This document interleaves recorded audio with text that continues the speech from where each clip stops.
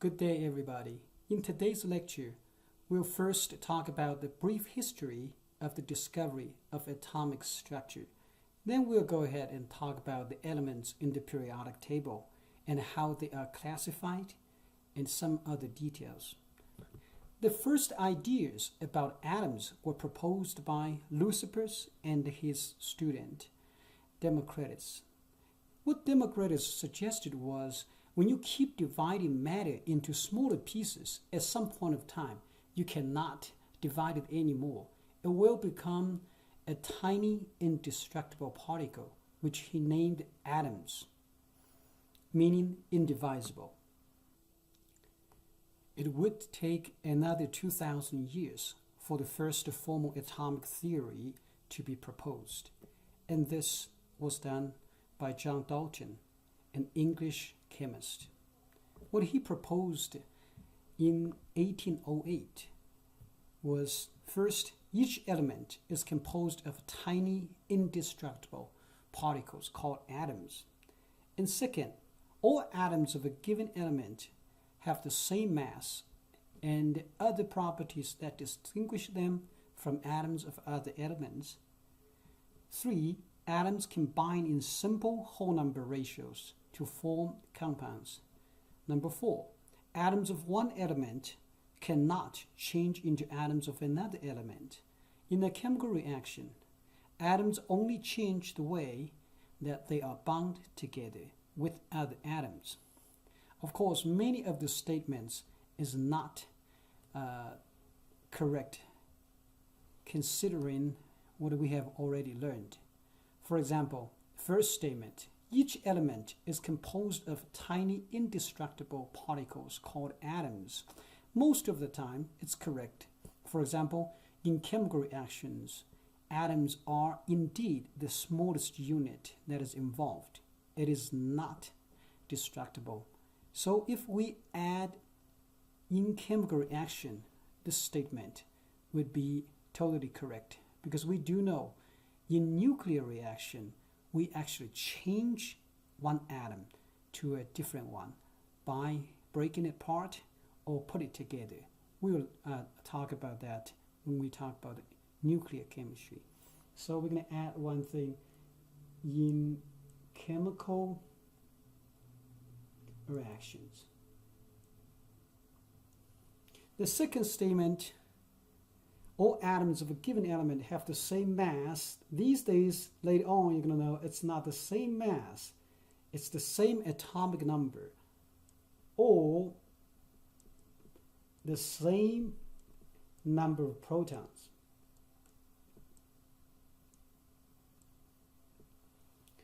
Number 3, atoms combine in simple whole number ratio to form compounds. Most of the time it's correct, but these days we have already found non-whole number ratio compounds.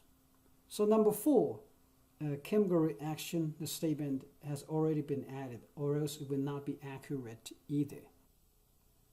Of course, Dalton's atomic theory was not just a mere speculation.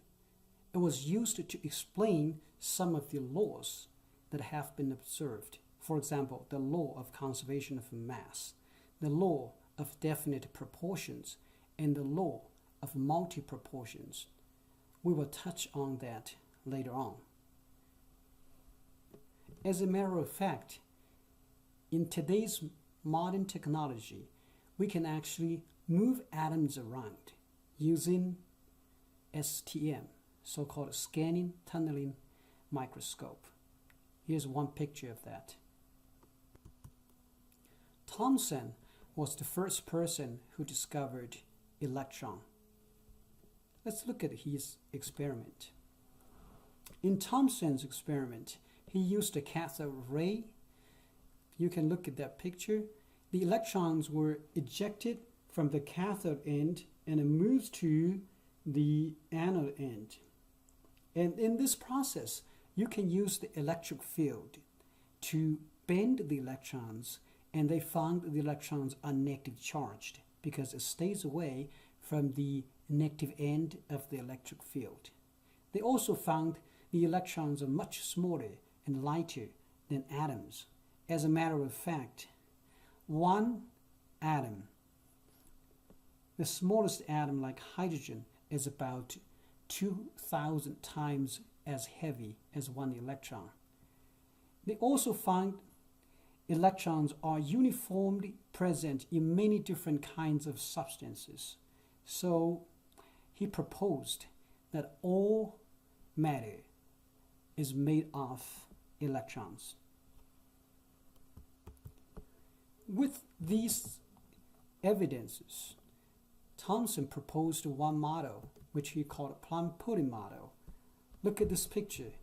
The whole thing looks like a pudding with the electrons acting like the plum embedded in the positively charged electric field.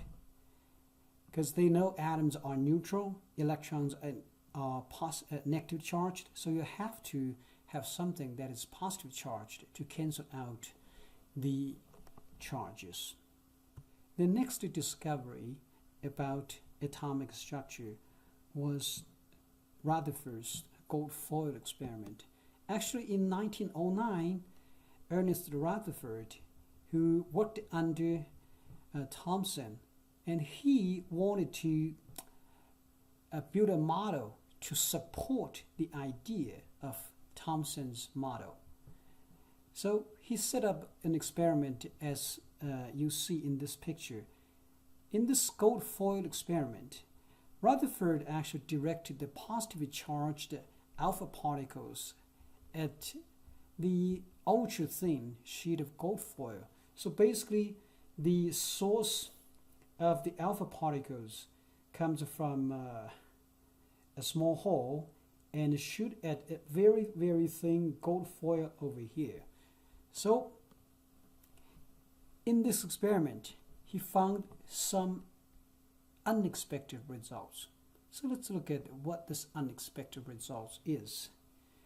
He did find most of the electrons goes through, most of this alpha particles, goes through this foil unaffected. But some of them are actually deflected by a large angle, and some are even bounced back.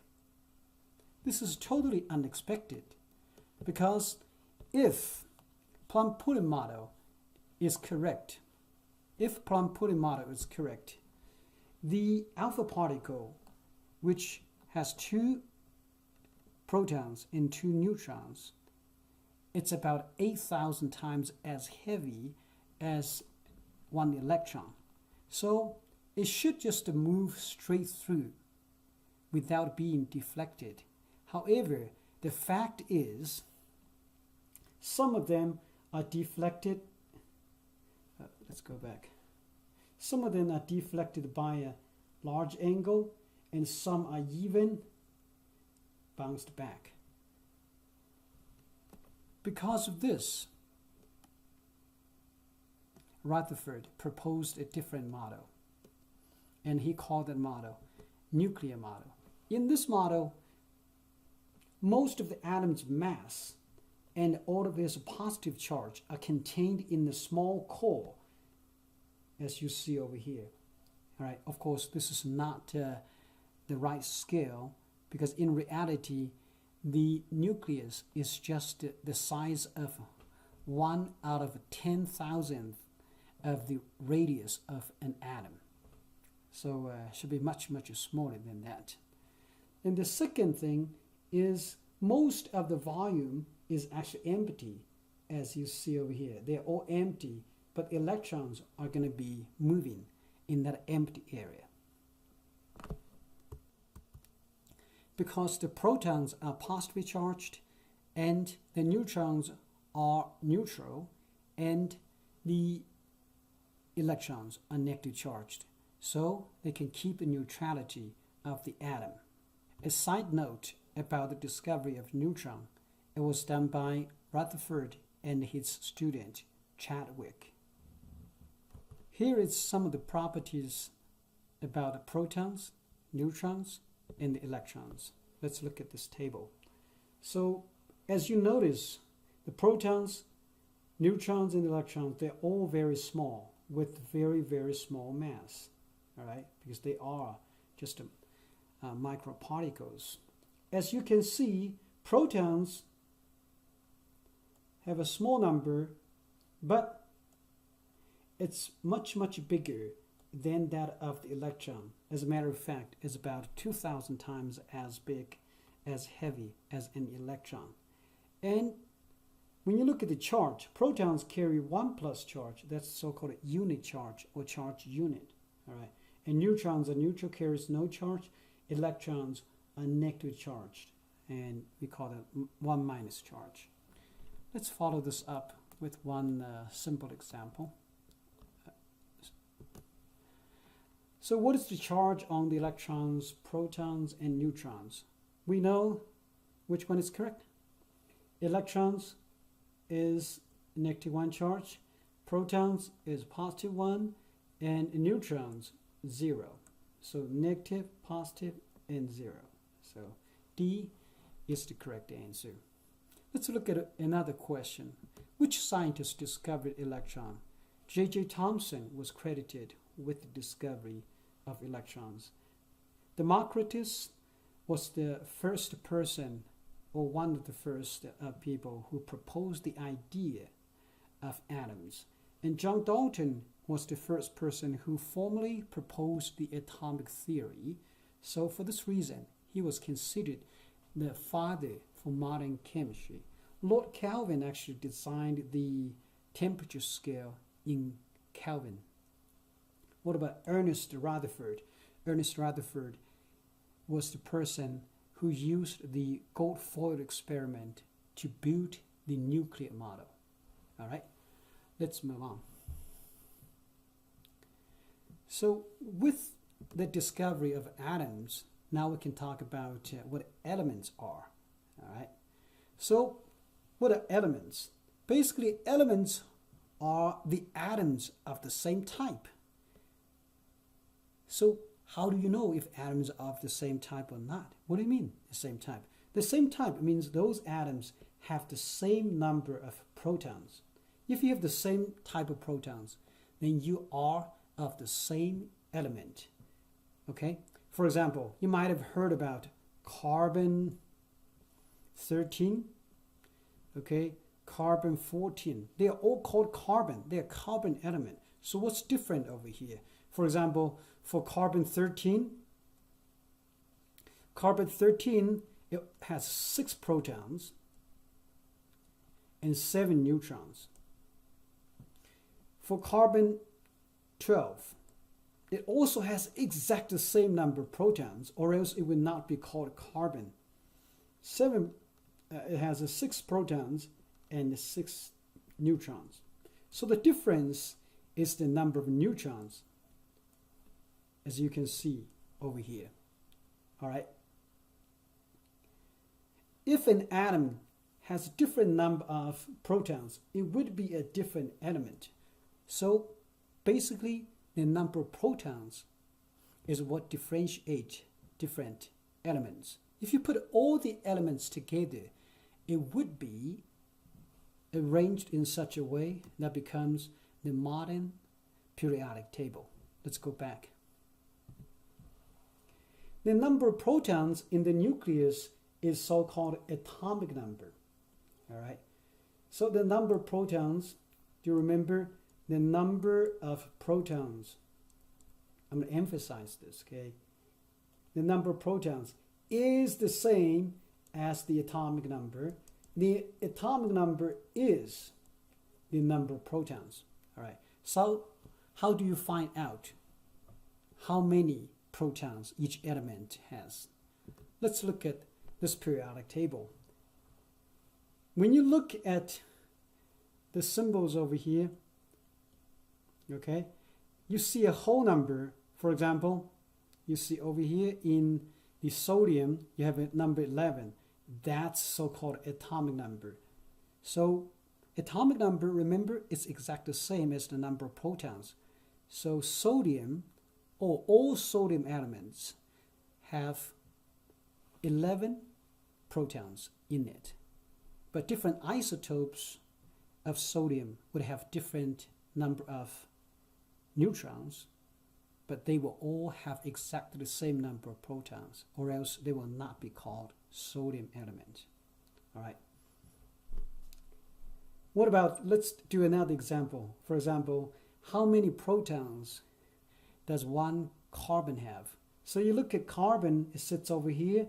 The atomic number is 6. That means all carbon elements, all carbon atoms, carbon isotopes, okay, they will have 6 protons. 6 protons. Okay, we can do a P plus over there. How many protons are in one silver atom? So basically, in that periodic table, you have to find where silver is. You look at your periodic table, look at number 47.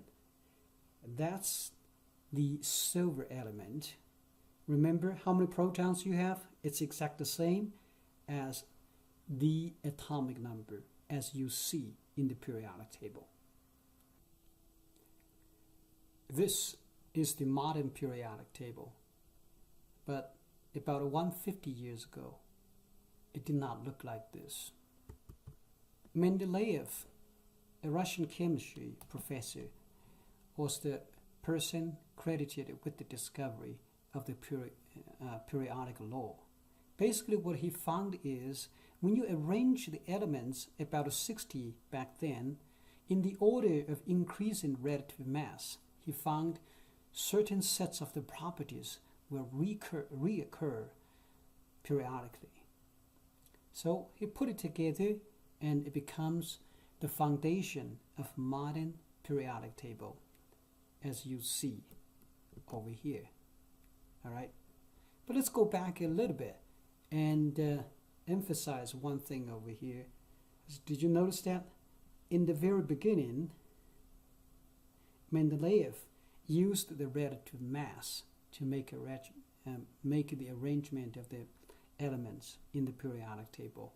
This is not exactly correct, and these days, as we just emphasized in the previous several slides, it is the atomic number that we are using these days, or the number of protons we use to arrange the elements in the periodic table. When you look at this periodic table, okay, I want you to pay attention to several features. The metals, all right, basically metals sits on the left side except for this hydrogen over here, which is a nonmetal, all right. So about 75% of the elements, they are all called metals, all right. And nonmetals sits on the right side of the periodic table, and you see the purple portion of this periodic table. They are the zigzag borderline in between the metals and the nonmetals. They are so-called semiconductors or metalloids. Let's go into the details about the different properties for different types of elements. First, the properties of metals. Metals, they, as we said, they just occupy the left side of the periodic table, and they have very similar properties. Metals are good conductors of heat and the electricity. They can be pounded into flat sheets. This is so-called malleability. And they also have good deductibility, which means they can be drawn into wires, and they are often very lustrous, and they tend to lose electrons when they undergo chemical reactions. And we have some examples. For example, on the left side, for example, titanium, potassium, sodium, lithium, aluminum, zinc. So please note, metals sit on the left side of the periodic table, except for hydrogen, which is classified as a nonmetal. Now let's go on and look at the properties of nonmetals.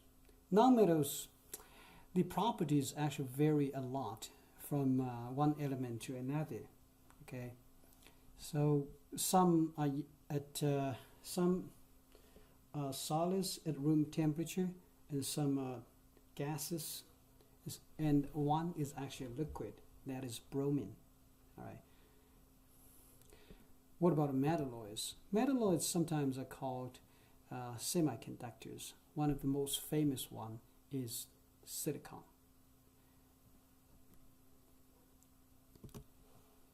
Look at this periodic table and look into some of the details. You look at over the top of the periodic table, you have something like 1A, 2A, 3B, 4B, 5B. So 1A, 2A, it connects over here to 3A, 4A, 5A, right? So we have the AB system. A means its main group, as you see. They are so-called main group elements, all right? And the B, as you see over here, they are so-called transition metals, all right? If you look at your own periodic table, probably you see something else. They number the columns in different way. For example, the first column they call it 1, the second they call it 2, then they keep going 3, 4, 5, 6, 7, 8. And as you can see, there are a total of 18 columns, and 1 through 18 naming system is actually recommended by IUPAC, but it's rarely used in our chemistry course because it's less practical. Let's go into some other details about some common names of the periodic table. So group 1A metals, except for hydrogen, which is a nonmetal, okay? They are so-called alkaline metals. And group 2A, look at the second column, 2A over here, they are called alkaline earth metals. Group 7A, they are so-called halogens. Group 8A used to be called inert gases because they tend to be very unreactive, but these days we call them noble gases. When atoms lose or gain electrons, they become ions. When atoms lose electrons, they become so-called cations because electrons are negatively charged. You lose electrons, you become positively charged, and we call that cations. And if you gain electrons, you become so-called anions. And here is the periodic table in which you have some of the common charges you expect to see. For example, group 1A, except for hydrogen, the elements expected to carry a 1+ charge. And group 2A, they tend to have a 2+ charge, as you see over here. And aluminum carries 3+ charge, nitrogen 3-, and group 6A, they carry -2 charge, or you write it 2 negative over there. Then 7A is -1, so this is -1, -2, this is -3, and this is +3, and here you have a +1 and a +2. So it's quite straightforward when you look at the periodic table. It does have some predictive power. Before we move on, let's summarize what we just learned. First, about the periodic table. The metals sit on the left side, except for hydrogen, which is a nonmetal. And the nonmetals sit on the right side. The zigzag line in between the metals and nonmetals, you have several elements that are so-called semiconductors or metalloids. And we also need to know some of the common properties of metals, nonmetals, and the metalloids. Now, let's talk about isotopes. So what is an isotope? An isotope is defined as all atoms of a given element, which means the same element, that have the same number of protons, but the difference between the isotopes are they have different number of neutrons. Do you remember the protons plus neutrons? It's mostly the mass of the element, because electrons are really light, so we neglect it. So when you have protons plus neutrons, of course more exactly it would be plus electrons as well. It will be the mass number, but since electrons are really light, so we neglect it. Protons plus neutrons, it's the mass number. When you record isotopes, we have many different ways to do it. For example, when you look at the isotopes of neon, neon has 3 common isotopes. We can write it this way. We can call that, let me rewrite it. We can call this, for example, neon 20. We can also call that, next one is neon 21. Then you have neon 22. All right, that's one way to write it. Use the name followed by hyphen and the mass number. Okay. We can also use the elemental symbol. We can call this neon 20. We can call that neon 21, neon 22. All right. Another different way to write it is we use the symbol and use the subscript and the superscript to represent the isotopes. For example, we would have a neon 20, the mass number is the superscript. And the subscript, which is number of protons, you don't have to write it, because when you look at the neon, all neon, when you look at this up in the periodic table, you would know it has 10 protons for sure. So you can write either this way, or you can neglect that 10 and simply write Ne20 as the superscript. Okay? All right, let's summarize this. So basically, when you look at the isotope symbol, the superscript is going to be the mass number, which is the number of protons plus number of neutrons. Okay?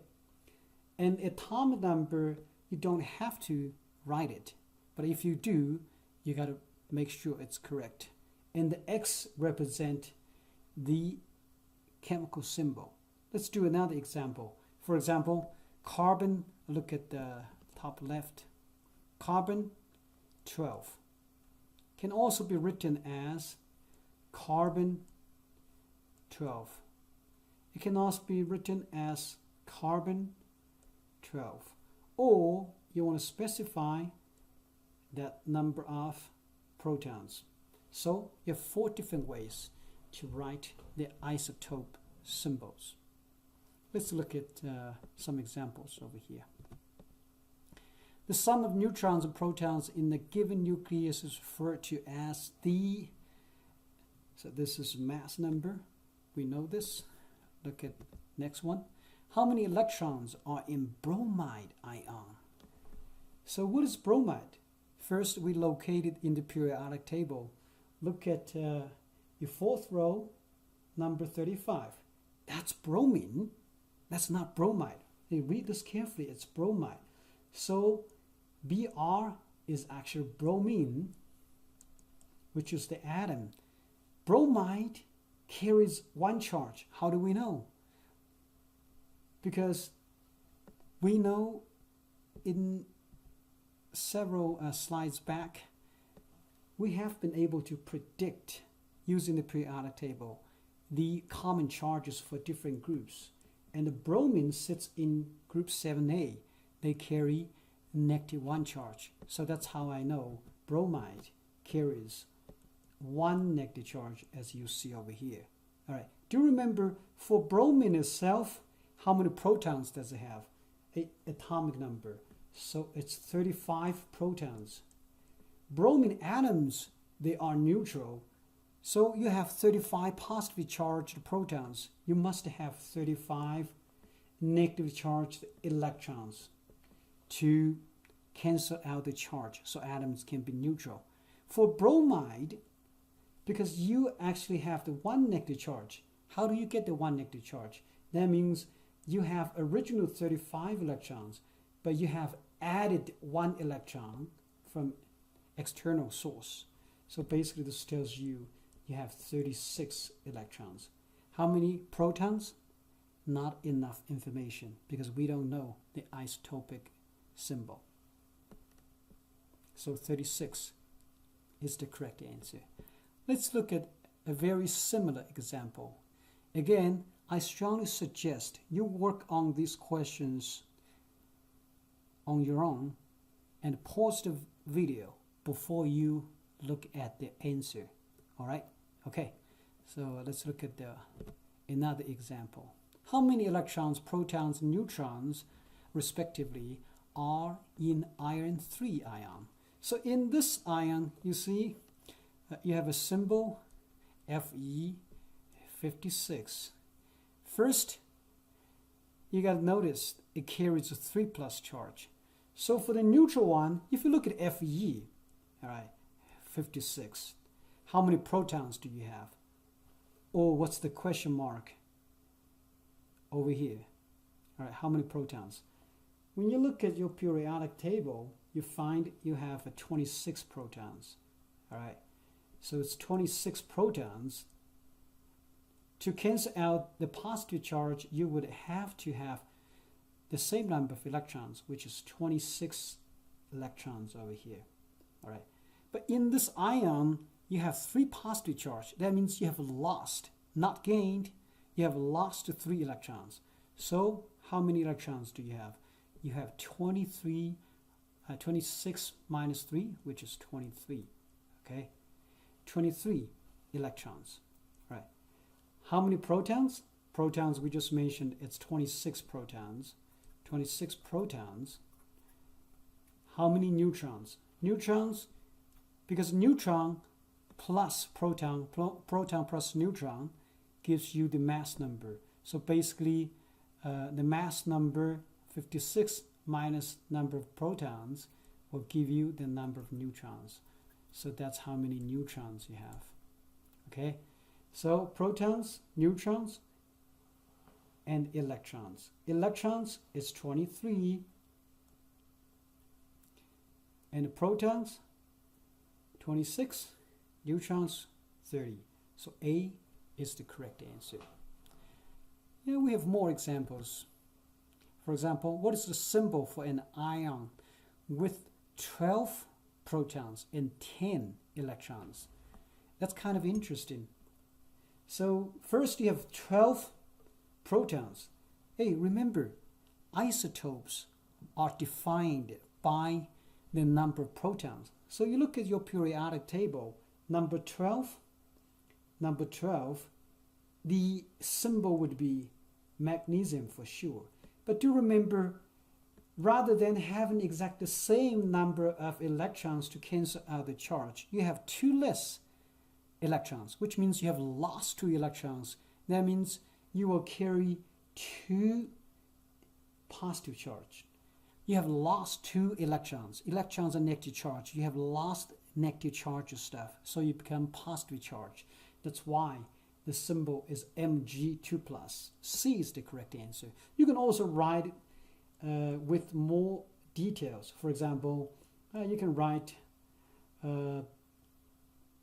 number 12 here. So for one of the isotopes, you might have 12 protons and 12 neutrons. The mass number would be 24. You can have some other isotopic symbols as well. But Mg2+ is good enough for this example. Let's look at another example. So for fluorine 19 atom, how many protons and how many neutrons do you have? So fluorine, look at your periodic table. Fluorine, apparently you have 9 protons because atomic number is exactly the same as the number of protons. Okay, so you have 9 protons. How many neutrons? So what does this 19 mean? This 19 means the mass number. Okay, mass number, it equals the number of protons plus neutrons. And we know protons is 9. So what's the neutron? Apparently it should be 10, right? So it's 9 protons and 10 neutrons. And since it's neutral, the number, so neutron is 10 neutrons, okay? 9 protons. So let's read this one by one. And we look at E, choice E, you have 9 protons and 10 neutrons. If you write it differently, for example, you say, oh, 9 electrons and 10 neutrons. Oh, that's also correct. Okay? All right? But E is the correct answer. We have one more topic before we conclude this chapter. That is the atomic mass. How do you calculate atomic mass? Or where do you see the atomic mass? So let's look at the one periodic table as you see previously. Let me find it. Look at this periodic table. All right. In the symbol or the key, you notice first, for example, for sodium, you have a number 11 over here. We do know that's an atomic number. All right. Then you have an elemental symbol, you have the elemental name, and you have a decimal number. And this number is so-called average atomic mass. Or you can simply call that atomic mass. And this mass is usually not a whole number because it is actually the totality or the average mass out of all isotopes available. So how do we calculate this mass or the average mass or atomic mass? It's calculated by totaling up the fraction of the each isotope times the mass of each isotope. So if you have many different isotopes, you basically do the fraction of the isotope 1 times the mass of isotope 1 and do that for the other isotopes 2, isotope 3, etc. Okay, let's look at one example. For example, when you look at the naturally occurring chlorine, it has 75.77% of chlorine 35. And remember, that's the mass number, but the mass, it's by itself, is not an exact number. It's 34.97. You got to use 34.97 rather than 35 to do the calculation. Similarly, for the other isotope, which is chlorine 37, which tells you chlorine has 17 protons. Look it up in the periodic table. And what about the number of protons for this one? It would be 20, right? But the mass number is not what you use. It's the mass, which is more exact, 36.97. That's what you use. For the percentage, you got to convert it to the fraction. For example, 75.77%. It would be 75.77 divided by 100, which gives you 0.7577 as the fraction. So times the mass, not the mass number, then plus the fraction for a different element times the mass. You get 35.45 AMU as the answer. So what is AMU, by the way? AMU is atomic mass unit. Atomic mass unit, which is a very small number. Let's look at another example. In this example, gallium has 2 naturally occurring isotopes, gallium-69, which tells you the mass number is 69, but remember the mass is a more accurate number. You're going to use that one for your calculation. And for the different isotope of gallium, the percentage or natural abundance is 60.11%. All right.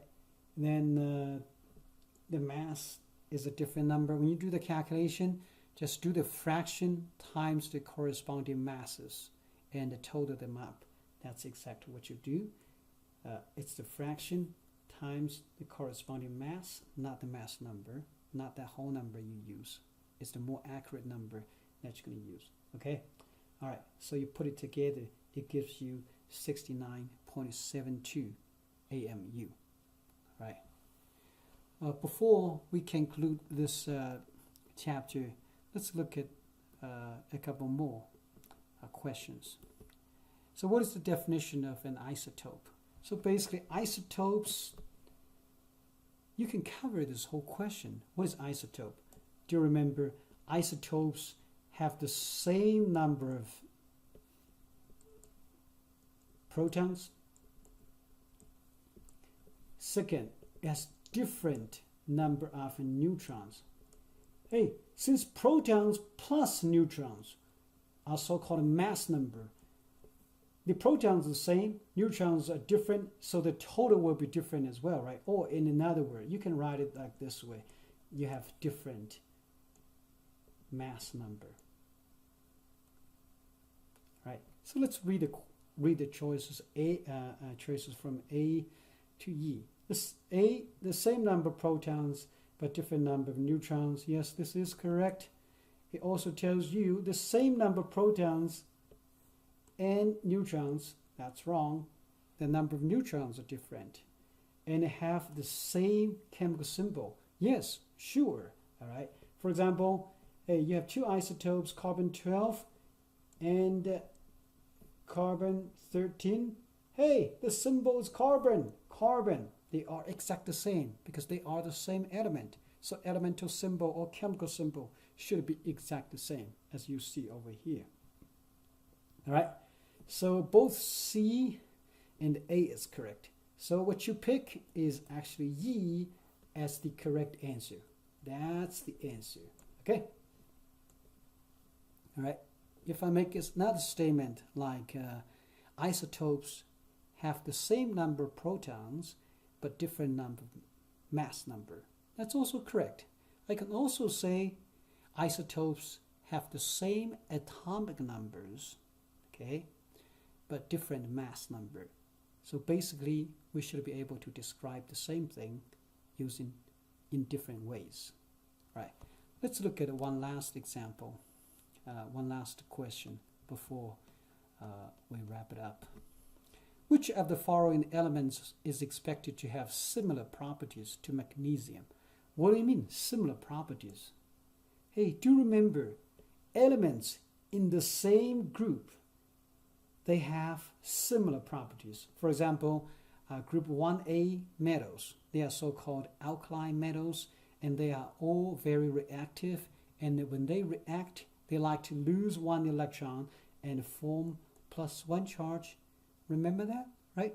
Group 2A elements, they are also very reactive metals, but rather than losing one electron, they like to lose 2 electrons and become +2 charge, right? Similarly, okay? For example, group 7A would carry -1 charge when they react, etc. Okay? So when you look at the magnesium, it's number 12. You look at number 12. So which one is in the same group? That one will give you similar properties. Beryllium, which has symbol of Be, okay, will be the correct answer. So this just tells you you'll have to remember some of the common elemental symbols, like a group 1A. So here's what you need to remember: group 1A, 2A, all right, and everything that is above 36. These things you can memorize the symbol, and memorize the elemental name. Also remember group 7A and group 8A. That's the elements that you need to remember, the corresponding chemical symbol and the elemental name. All right. Okay, thank you very much. This will be it for today. Have a good day.